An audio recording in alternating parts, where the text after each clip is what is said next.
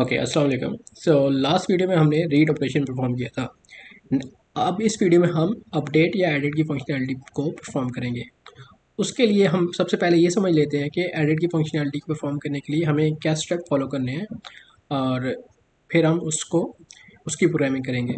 तो सबसे पहले हमें क्या करना है कि हमें हर आइटम के लिए एडिट का बटन देना है। जब हम एडिट का बटन देंगे तो यूज़र उस बटन को क्लिक करके एडिट के पेज पे जाएगा, जहाँ पे हम उसको जो करंट टास्क की डिटेल है वो दिखाएंगे और यूज़र उस टास्क की डिटेल को एडिट करके सेव करेगा। तो बेसिकली हमें हर रो के अगेंस्ट एक एडिट का बटन देना है, एक एडिट का एक्शन बटन देना है, जिस पे यूज़र क्लिक करके नेक्स्ट पेज पे नेविगेट करेगा एडिट के पेज पे, और वहाँ पे हम उसको करंट जो टास्क की डिटेल होगी वो दिखाएंगे, टू डू आइटम की डिटेल होगी वो दिखाएंगे, और यूज़र उसको अपडेट करके और डेटाबेस में सेव करेगा, और फिर हम यूज़र को नेविगेट कर देंगे दोबारा से लिस्टिंग पे। तो एडिट की फंक्शनैलिटी को इम्प्लीमेंट करने के लिए हमने यहाँ पे एडिट का बटन यूज़र को दे दिया है। बेसिकली हमने एक लिंक क्रिएट किया है और URL डॉट एक्शन जो एक IURL हेल्पर की क्लास है उसको हम यूटिलाइज़ कर रहे हैं, और उसमें हम अपना एक्शन उसको बता रहे हैं कि कौन से एक्शन को हिट करना है, और उसके साथ हम अपना क्यूरी पैरामीटर दे रहे हैं, जिस क्यूरी पैरामीटर का जो नाम है वो आईडी है, और उसको हम हर आइटम की आईडी असाइन कर रहे हैं। तो इस तरह से हम उसको यहाँ पे डिफ़ाइन कर रहे हैं।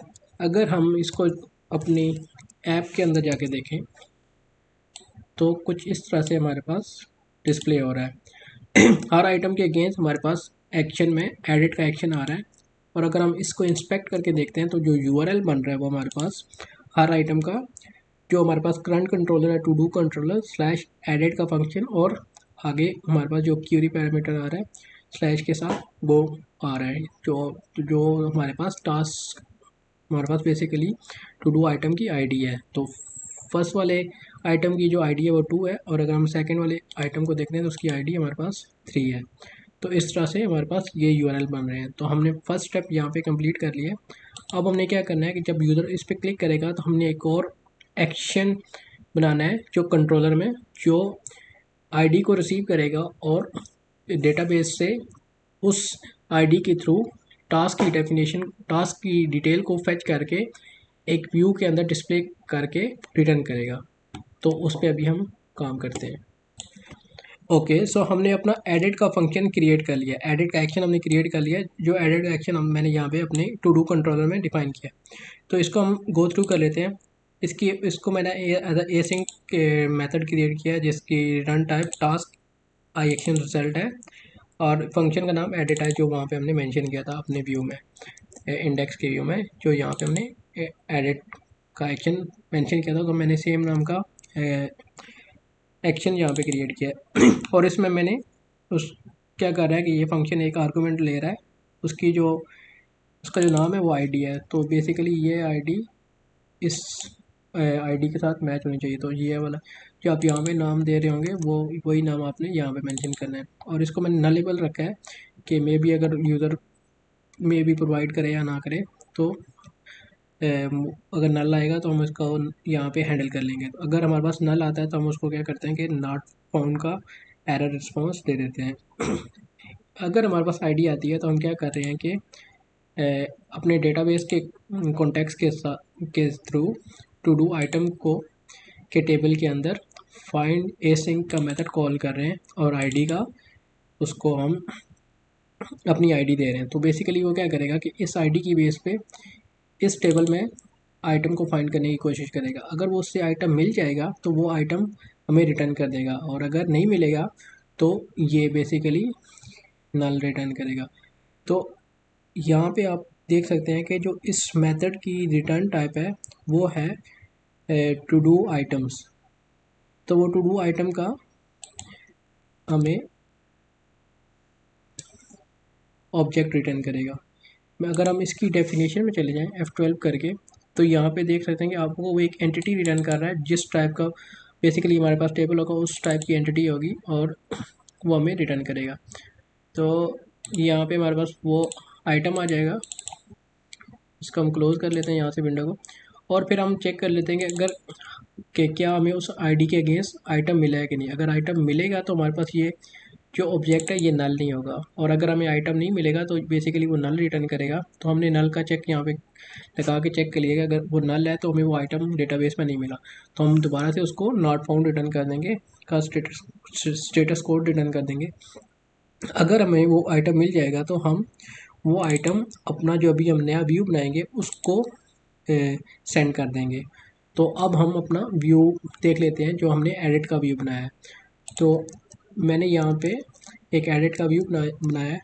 बेसिकली आपने इधर यहाँ पे राइट क्लिक करके टू डू आइटम पे ऐड न्यू व्यू करके और सेम नाम का जो आपके एक्शन का नाम है उसी एक्शन के नाम के अगेंस्ट आपने अपना व्यू क्रिएट कर लेना है। तो मैंने यहाँ पे वो व्यू क्रिएट कर लिया, एडिट का व्यू है। अब इसके अंदर हम देख लेते हैं कि ये इसके अंदर हम क्या कर रहे हैं। तो यहाँ से जो हमने उसको मॉडल भेजा है वो किस टाइप का है, वो बेसिकली हमारे पास टू डू आइटम्स की क्लास का है। तो हम उसको बताएंगे कि जो हमारे पास यहाँ पे हम इसको रिसीव कर रहे हैं मॉडल, उसकी नेम स्पेस क्या है। तो उसकी नेम स्पेस क्या है, to do tutorial dot model. तो हम यहाँ पे वो नेम स्पेस मेंशन कर देंगे, to do tutorial dot model dot to do item. तो हमारे पास हम अपने व्यू में बता रहे हैं कि हम इस तरह का आइटम इस व्यू को सेंड करेंगे। तो बेसिकली अब हमारा जो व्यू है वो बेसिकली इस तरह टू डू आइटम के का मॉडल रिसीव करेगा। अगर हम किसी और का मॉडल भेजेंगे तो वो रन टाइम एरर आ जाएगा। तो जो हमारे पास ये मॉडल आ रहा होता है उसको हमें एक्सेस करने के लिए हम मॉडल के थ्रू एक्सेस कर सकते हैं। तो हमने यहाँ पे क्या किया कि हमने एक फॉर्म क्रिएट कर लिया है और उसके अंदर हमने अपना एक्शन डिफाइन कर लिया है कि हमें इसको सबमिट कहाँ पे करना है। हम अपना एक और मेथड एक्शन बनाएंगे एडिट के सेम नाम के अगेंस्ट, और उसकी टाइप क्या होगी, पोस्ट होगी। तो अभी जो हमने मेथड बनाया हुआ है अपने कंट्रोलर में, क्योंकि हमने इसकी यहाँ पे कोई एट्रीब्यूट मेंशन करके इसकी टाइप डिफाइन नहीं की, तो ये बेसिकली गेट टाइप का मेथड है, जैसे हमारे पास यहाँ पे क्रिएट के केस में था। और फिर हमने सेम क्रिएट का पोस्ट का मेथड क्रिएट किया था, तो हम वही सेम प्रोसेस एडिट के केस के लिए भी फॉलो करेंगे। तो हम अभी दोबारा से व्यू में आ जाते हैं। तो हमने अब यहाँ पे सारी वैल्यूज़ को इस फॉर्म के अंदर रखना है। हमने एक हिडन फील्ड क्रिएट कर ली है जिसकी टाइप हिडन है। हमने एक इनपुट फील्ड क्रिएट की है जिसकी टाइप हिडन है, और उसको ASP फॉर का एट्रीब्यूट देके आईडी की इस मॉडल के अंदर जो आईडी की फील्ड है उसको उसके ऊपर मैप कर दिया बेसिकली। तो जब ये फॉर्म रेंडर होगा तो इसके अंदर हमारे पास इसका जो नेम बनेगा वो आईडी बनेगा, और उसकी जो वैल्यू होगी, जो आईडी की वैल्यू होगी, वो ऑटोमेटिकली इसकी वैल्यू वाले एट्रीब्यूट में आ जाएगी। नेक्स्ट हमने यहाँ पे स्टाइलिंग के लिए बूटस्ट्रैप की क्लास को यूज़ किया फॉर्म ग्रुप को। तो बेसिकली हमारे पास वो स्टाइलिंग आ जाएगी। हमने फिर अपना एक लेबल डिफाइन किया और उसके अगेंस्ट हमारे पास एक इनपुट है।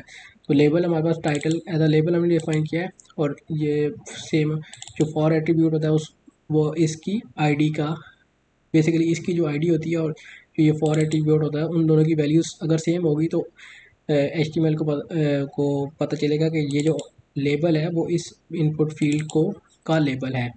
तो ये चीज़ हमने यहाँ पे कर ली। उसके बाद हमने इसकी टाइप क्या है, टेक्स्ट डिफाइन की हुई है। अब इसकी टाइप जैसे यहाँ पे हमने हिडन डिफाइन की, तो इस केस में हमने उसको टेक्स्ट रखा है, और यहाँ पे फॉर्म कंट्रोल की क्लास के ऊपर अप्लाई किया स्टाइलिंग के लिए, और यहाँ पे हमने इसको मैप किया है अपने जो हमारे पास टू डू आइटम्स का मॉडल है उसकी टाइटल की प्रॉपर्टी पे। तो इसके अंदर उसकी वैल्यू, हमारे पास जो भी टाइटल की वैल्यू होगी वो इसके अंदर आ जाएगी। नेक्स्ट हमारे पास सेम एक और इनपुट फील्ड हमने क्रिएट किया है। बेसिकली हमने एक डिव क्रिएट किया है जिसको हमने फॉर्म ग्रुप का नाम दिया है, और उसके अंदर हमारे पास सेम लेबल है और इनपुट फील्ड है। तो क्योंकि हमारे पास जो इज़ कम्प्लीटेड का जो वेरिएबल है वो बुलियन टाइप का वेरिएबल है, तो हमने उसको एज अ चेक बॉक्स अपनी इनपुट टाइप को एज अ चेक बॉक्स रखा है कि यूज़र उसको अगर वो कम्प्लीटेड होगा तो उसको टिक कर देगा, और अगर अनकम्प्लीटेड होगा तो उसको अनटिक रहने देगा। तो हम वो दोनों वैल्यूज़ को हैंडल कर लेंगे इस तरह से। यहाँ पे हमने उसको बूटस्ट्रैप की एक क्लास को यूज़ करके उसकी स्टाइलिंग के लिए हमने यहाँ पे दे दिया। सेम हमारे पास एक बटन है जिसकी टाइप सबमिट है। अगर आपने बटन के क्लिक के ऊपर फॉर्म को सबमिट कराना है तो उस बटन की टाइप क्या होनी चाहिए, सबमिट होनी चाहिए। अगर आप इसकी टाइप यहाँ पे बटन कर देंगे तो उस केस में जब आप इस बटन पे क्लिक करेंगे तो ये फॉर्म सबमिट नहीं करेगा। और ये बटन हमेशा आप अगर फॉर्म के अंदर होगा, फॉर्म के क्लोजिंग टैग के अंदर होगा, तो तब ये इस फॉर्म को सबमिट करेगा। अगर मैं इसको बाय ले जाता हूँ तो उस केस में ये इस फॉर्म को सबमिट नहीं कर पाएगा। तो ये चीज़ों का आपने थोड़ा सा माइंड में रखना है। देन हमने दो क्लासेस यूज़ किए हैं, BTN और BTN प्राइमरी, तो बटन की स्टाइलिंग के लिए, और हमने अपने बटन की का जो टेक्स्ट रखा है वो सेव चेंजेस रखा है। तो इस तरह से हमारा व्यू यहाँ पे डिफाइन हो चुका है। तो अब हम अपने प्रोग्राम को रन करके देख लेते हैं कि हमारे पास जो यहाँ तक हमारी जो फंक्शनलिटी है वो ठीक से काम कर रही है कि नहीं। तो मैंने यहाँ पे अपने ऐप को रन कर लिया है। मैं दोबारा से लिस्टिंग पे चला जाता हूँ और मेरे पास यहाँ पे दो टास्क है। मैं जिसके एडिट के एक्शन पे क्लिक करूँगा तो मुझे उसकी जो करंट इन्फॉर्मेशन है वो मुझे डिस्प्ले होनी चाहिए। तो मैं इसके एडिट के फंक्शन पे क्लिक कर रहा हूँ जो सेकंड वाला टास्क है। तो देखें कि यहाँ पे हमारे पास जो उसका टाइटल है वो आ रहा है, और कंप्लीटेड अगर फॉल्स है तो इसलिए ये अनचेक आ रहा है। तो यहाँ तक हमारी फंक्शनलिटी ठीक काम कर रही है। अब हमने क्या करना है कि जब यूज़र इस बटन पे क्लिक करेगा तो हमने इन जो भी यहाँ पे अपडेटेड इन्फॉर्मेशन होगी उसको डेटाबेस में सेव करना है सेम टास्क के अगेंस्ट। तो उसके लिए हमें एक और एक्शन क्रिएट करना पड़ेगा अपने कंट्रोलर में, जो पोस्ट टाइप का होगा और सेम मॉडल वो रिसीव करेगा टू डू आइटम्स का, और उसको वैलिडेट करके और उसको हम डेटाबेस में सेव करेंगे। तो चलिए अब उस पर हम काम करते हैं। ओके, सो अब मैंने अपना एडिट का पोस्ट मेथड पोस्ट एक्शन भी डिफाइन कर लिया है। तो इसको अंडरस्टैंड कर लेते हैं कि हम इसमें क्या कर रहे हैं। तो सबसे पहले आपको वही दोनों एट्रीब्यूट मिलेंगे, उसका पोस्ट टाइप का एट्रीब्यूट और वैलिडेट एंटी फॉर्जरी टोकन। इसको हम थोड़ा सा डिटेल में देखते हैं। पहले हम अपने मेथड को देख लेते हैं। तो सेम हमारे पास एसिंग मेथड है और जिसकी रिटर्न टाइप आई एक्शन रिजल्ट है, और इसका नाम भी सेम एडिट है जो हमारे पास ऊपर हमने एडिट अपना फंक्शन क्रिएट किया था। बस इसकी डिफरेंस क्या है कि ये पोस्ट टाइप का और ये गेट टाइप का है और ये पोस्ट टाइप का है। इसके अंदर हम तीन प्रॉपर्टीज रिसीव करेंगे, आईडी, और उसके बाद हम यहाँ पे बाइंडिंग कर रहे हैं कि जो वहाँ पे हमारे पास फॉर्म में आईडी की जो नेम की इनपुट आईडी की नेम की जो इनपुट फील्ड है वो आईडी के प्रॉपर्टी पे मैप होगी। इसी तरह जो जिस इनपुट फील्ड का नाम टाइटल है वो टाइटल के फील्ड पे मैप होगी। जिस फील्ड का नाम इन इज़ कम्प्लीटेड है वो इज़ कम्प्लीटेड के प्रॉपर्टी पे मैप होगी। और उसके अगेंस्ट हमने अपना मॉडल डिफाइन कर दिया कि इस मॉडल के अंदर वो तीनों प्रॉपर्टीज़ उसको मिल रही हैं। तो इस मॉडल के अंदर जो तीनों प्रॉपर्टीज़ हैं हमारे पास आईडी, टाइटल और इज़ कम्प्लीटेड की, उनके ऊपर वो वैल्यूज़ मैप हो जाएंगी। तो यहाँ पे हम सबसे पहले ये देख लेते हैं कि जो आईडी है और जो इस टू डू आइटम की आईडी है वो सेम है कि नहीं। अगर वो सेम है तो हम उसको आगे प्रोसीड करेंगे। अगर इन केस हमारे पास जो आईडी आ रही है वो डिफरेंस है तो दैट मीन के आईडी हमारे पास रॉन्ग है। तो बेसिकली जो हमारे पास ये आईडी का एट्रीब्यूट है ये बेसिकली उसके यूआरएल से हम गेट कर रहे हैं, और जो ये वाला आईडी का एट्रीब्यूट है ये फॉर्म से आ रहा है। तो यहाँ पे हम मेक श्योर कर रहे हैं कि जो यूआरएल में आईडी है और जो फॉर्म के अंदर आईडी है वो दोनों सेम है कि नहीं। अगर वो सेम नहीं है तो दैट मीन के यूज़र ने या तो यूआरएल की आईडी चेंज कर दिया या फॉर्म के अंदर आईडी चेंज कर दिया। तो वो मतलब वो सेम ऑब्जेक्ट को अपडेट करने नहीं जा रहा, तो उसने कुछ गलत मैनिपुलेशन कर लिया। तो इसलिए हमने ये यहाँ पे हमारे पास हमने कंपैरिजन किया हुआ है। तो अगर आईडी सेम नहीं होगी तो हम उसको यहाँ पे रिटर्न कर देंगे नॉट फाउंड। और उसके बाद हम चेक करें कि अगर हमारे पास जो मॉडल है उसकी जो स्टेट है वो वैलिड स्टेट है कि नहीं। उसके अंदर इनके जो रिक्वायर्ड प्रॉपर्टीज़ हैं उनकी प्रॉपर वैल्यूज़ हैं कि नहीं। अगर वो प्रॉपर वैल्यूज़ होंगी तो वो वैलिड होगा, और अगर वो वैलिड होगा तो हम क्या करेंगे कि हम इसको डेटाबेस के अंदर टू डू आइटम के टेबल में अपडेट के फंक्शन को कॉल करके अपना ऑब्जेक्ट पास कर देंगे। तो वो ऑब्जेक्ट को डेटाबेस में अपडेट कर देगा। तो अपडेट की चेंजेस तो यहाँ पे कर देगा, लेकिन चेंजेस को सेव करने के लिए हमें दोबारा से सेव चेंजेस का मेथड कॉल करना पड़ेगा जो हम यहाँ पे कर रहे हैं, और उसके बाद हम इसको रीट्रेट कर देंगे इंडेक्स के व्यू पे। तो इस तरह से हम अपने एडिट के पोस्ट के एक्शन को डिफाइन करेंगे। तो अब हम इसको डिबग करके चला के देख लेते हैं कि ये प्रॉपरली काम कर रहा है कि नहीं। पहले मैं ये चीज़ें कुछ एक्स्ट्रा टैब क्लोज कर लेता हूँ जो मेरे पास ओपन है, और मैं इसको डिबग मोड में रन कर लेता हूँ। डिबग मोड में रन करने के बाद यहाँ पे हम एक डिबगर लगा लेंगे ताकि हम उसको वेरीफाई कर सकेंगे वो यहाँ पे प्रॉपरली आ रहा है कि नहीं। मेरे पास प्रोजेक्ट रन हो चुका है। मैं फर्स्ट वाले आइटम को अपडेट करने जा रहा हूँ। इसकी यहाँ पे वैल्यूज़ यहाँ पे टास्क 1 थी, मैं इसको टास्क 1 अपडेटेड कर देता हूँ और इसको इस टास्क 1 कंप्लीटेड कर देता हूँ और इसको मैं कंप्लीट यहाँ से मार्क कर देता हूँ। मैं अब सेव चेंजेस पे क्लिक करता हूँ तो मेरे पास यहाँ पे रिक्वेस्ट आ गई है। तो ये जो आईडी है बेसिकली ये आपके यूआरएल से आ रही है और इस आइटम के अंदर जो वैल्यूज़ आ रही हैं वो फॉर्म्स के अंदर से आ रही हैं। जो इसकी आईडी भी सेम है और हमने इस कंप्लीटर को ट्रू कर दिया था तो यहाँ पे उसकी वैल्यू भी प्रॉपरली आ रही है और टाइटल के अंदर जो अपडेटेड टाइटल है वो उसकी वैल्यू भी आ रही है। तो हम क्या करते हैं कि हम इसको नेक्स्ट करते हैं। नेक्स्ट करते हैं, यहाँ से आप इस आइकन के थ्रू आप स्टेप बाय स्टेप अपने प्रोग्राम को एग्जीक्यूट कर सकते हैं। तो मैंने यहाँ पे इसको नेक्स्ट किया तो उसने चेक किया कि आईडीज़ नॉट इक्वल टू नहीं है, तो दोनों सेम है, तो यहाँ पे इफ़ कंडीशन के अंदर नहीं जाएगा। नेक्स्ट पे वो देखेगा कि हमारे पास जो मॉडल की स्टेट है वो वैलिड है कि नहीं। तो क्योंकि अभी हमारे पास उसमें प्रॉपर वैल्यूज़ आ रही हैं तो इसकी स्टेट वैलिड है। तो हम अंदर जाएंगे तो हम क्या करेंगे, अब हम अपने न्यू टू डू आइटम को डेटाबेस में अपडेट करने जा रहे हैं। तो हमने इसको नेक्स्ट किया और अब मैं यहाँ पे अगर आपको अपने एसक्यूएल सर्वर पे दिखाता हूँ कि अभी तक हमने यहाँ पे अपडेट का मेथड तो कॉल कर दिया है लेकिन अभी तक वो डेटाबेस में सेव नहीं हुआ। जैसे हम सेव चेंजेस के फंक्शन को ट्रिगर करेंगे तो जो चेंजेस यहाँ पे हमने की थी वो डेटाबेस में रिफ्लेक्ट हो जाएंगी। उसके लिए मैं अपने एसक्यूएल सर्वर से कनेक्ट कर लेता हूँ और अपने डेटाबेस में के टेबल को देख लेते हैं हम अपने। तो मैं टेबल्स में गया, मैंने राइट क्लिक करके उसके ऊपर सेलेक्ट टॉप 1000 रोज़ को सिलेक्ट करके वो क्यूरी एग्जीक्यूट कर रहा हूँ अपने टेबल पे और देखेंगे अभी भी हमारे पास जो टास्क का टाइटल है वो टास्क 1 ही है और वो उसका जो इस कम्प्लीटेड का स्टेटस है वो 0 है, मीन के फॉल्स है। अब मैं नेक्स्ट करता हूँ, F10 दोबारा से करता हूँ और अब अगर हम दोबारा से जाके सेम क्यूरी एग्जीक्यूट करें तो आप देख सकते हैं कि हमारे पास टाइटल भी अपडेट हो गया और उसकी जो इस कम्प्लीटेड की स्टेट थी वो भी अपडेट हो गई है।